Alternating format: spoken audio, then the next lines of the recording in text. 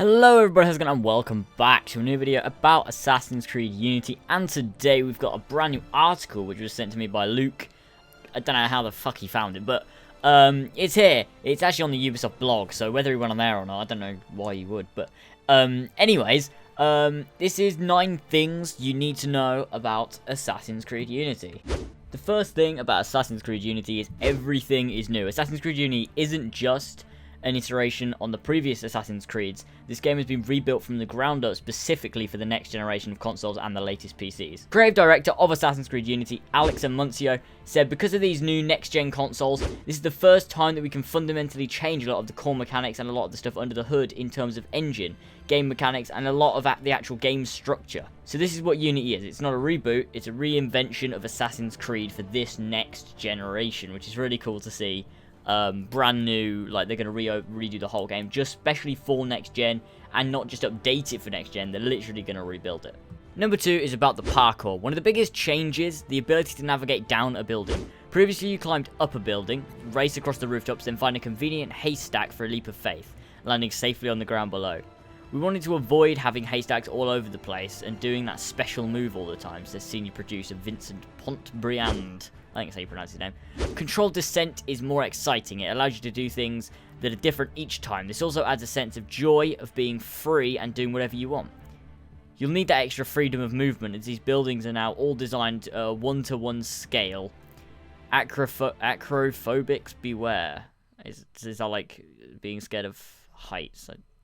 I'm not really too sure. You'll really feel that height when you're standing atop Notre Dame staring over the city.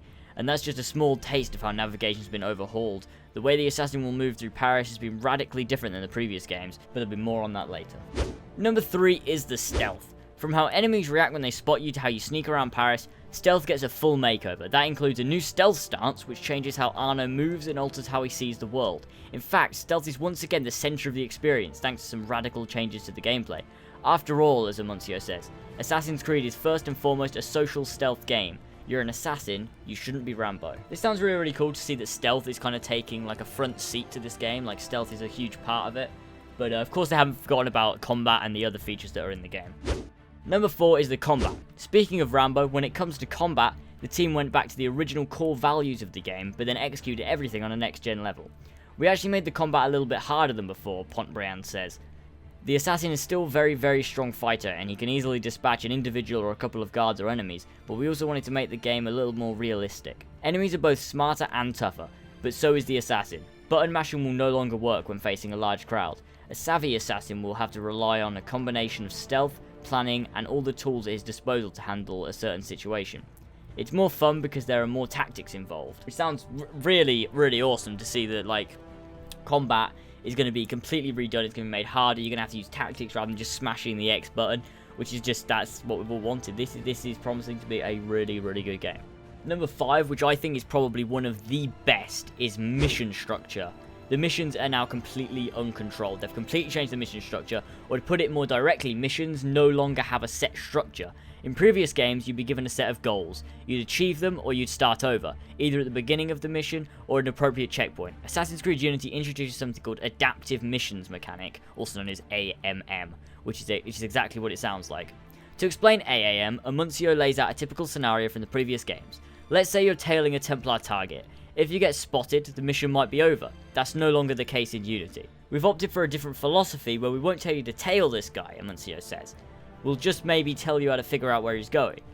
That means you could tail him if you like, but if you get spotted, the tail could turn to a chase. You could lose him altogether, your goal switches to locating your target. If a riot happens to break out and your target is killed, then you can loot his body to say find a letter that tells you where he's going. So it's really up to the player to figure out how they're going to deal with this, Amuncio says. Of course, there's much more to AMM than this. It'll never be as simple as choosing the easiest path, i.e. killing every target and looting their bodies, because that could have serious repercussions in the world. If a guy is missing, maybe they're going to double up patrols in your next mission, so there's a risk. It evens itself out. That sounds really, really cool, like to see these adaptive missions, so you're never going to play it the same way each time. Different things always happen. You can do it in a bunch of different ways, and it really gives you the freedom as an assassin to sort of control the mission and do what you want to do in this open world, which is just That's just really, really cool news. Number 6 is about Arno himself. Every assassin finds his way into the Creed in a different way. For Arno Dorian, his journey is about redemption. Arno was witness to a great loss. He feels responsibility for that. He feels he could have prevented it, and he didn't. So Arno seeks out the assassins in hopes of acquiring the means to prevent the corruption that hurt him from hurting other people. Of course, that's just the first layer of the story, and Monsieur promises there are multiple layers to Arno's tale, but we'll have to wait a little longer to learn about this intriguing new assassin. Number 7 is the city of Paris. Assassin's Creed Unity is set in Paris during the French Revolution, one of the bloodiest, most chaotic periods in world history. This was also a time which set the stage for the modern era, changing everything that came afterwards. The history lesson aside, Paris during the French Revolution was also a bustling, dense city with amazing architecture and a diverse population. There are various factions in the world, groups of people who will interact with each other and who the player can use to his advantage. There are moments when you might see crowds of up to 5,000 NPCs on screen at once, as opposed to the 150 or so that you might find in previous games. Assassin's Creed Unity also introduces interiors. Yes, you can enter buildings throughout the city, some of which will be simple interiors, with others being fully decked out settings for missions. It's a game changer for us, Point Brand says. You can explore Paris inside and out, and under the catacombs of Paris will also be available for players to explore. So with those catacombs, okay, or catacombs, I don't know, people pronounce it differently. How do you pronounce it? Comment down in the okay, never mind. Are those going to be like AC2 and Brotherhood and Revelations with the underground, not so much Revelations, but AC Brotherhood and 2 with the underground places where you can get like the super awesome armor and treasures and gear and stuff, which is really, really, really cool. Let's hope they've reintroduced that into the game, because that would be really, really awesome. Number 8 is the co-op. Alongside the single player experience, Assassin's Creed Unity also lets up to 4 players join and take on a story-driven mission in their game world.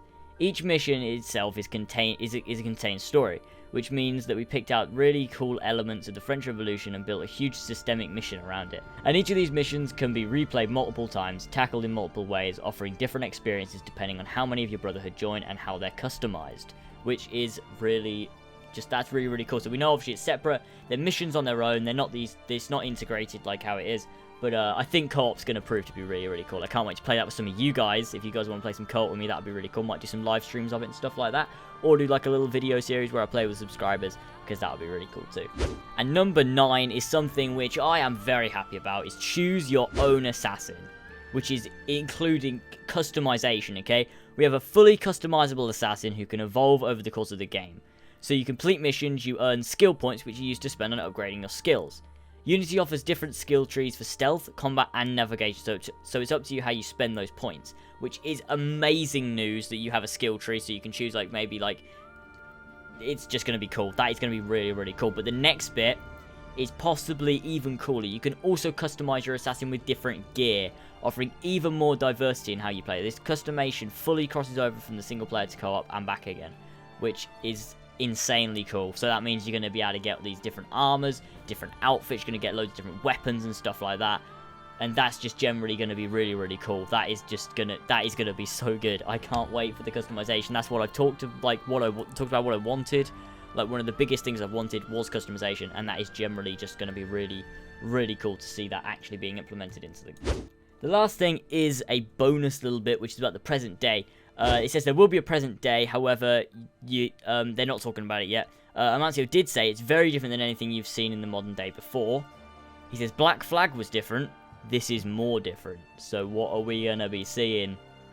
What is this going to be? I wonder. Oh, man. I wonder what we're going to see. It's interesting. So it's not going to be like Desmond, because it's meant to be different. It's not going to be like 84, because it's meant to be different. What else could it be? Comment down in the comments below, tell me what you guys think the modern day is going to be, and what do you think about all these different things. Which is your favourite point from 1 to 10, or 1 to 9, and then also the modern day. But what's your favourite point that I've mentioned in this video? Comment down in the comments below, tell me what you think, and like the video if you enjoyed, subscribe if you are new, and I'll see you guys next time. Bye!